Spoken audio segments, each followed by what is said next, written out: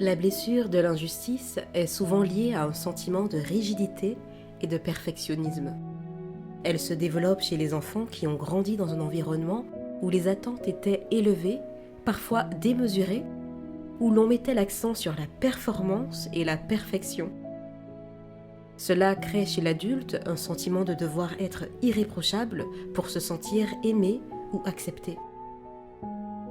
Lise Bourbeau explique que les personnes touchées par cette blessure ressentent une grande difficulté à exprimer leurs émotions et à se laisser aller, car elles craignent d'être perçues comme faibles ou incompétentes.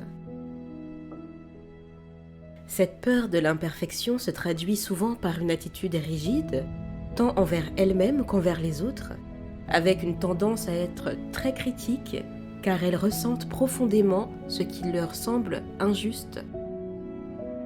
Pour guérir la blessure de l'injustice, il est essentiel de se reconnecter à sa propre valeur intrinsèque, indépendante des réalisations ou des succès extérieurs.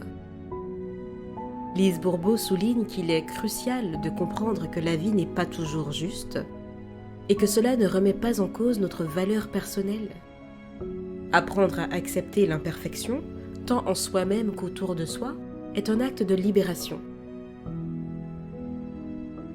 Vous n'êtes pas vos erreurs ni vos échecs. En vous autorisant à ressentir et à exprimer vos émotions, sans crainte de jugement, vous commencez à relâcher cette pression de perfection qui vous oppresse. La justice véritable ne réside pas dans un équilibre parfait, mais dans la capacité à accueillir l'imperfection avec bienveillance. Cela vous permet de cultiver plus de compassion pour vous-même et pour les autres, d'accepter que chacun fait de son mieux et de vivre avec plus de légèreté. Je vous dis à bientôt pour un nouvel audio de Des mots sur des mots.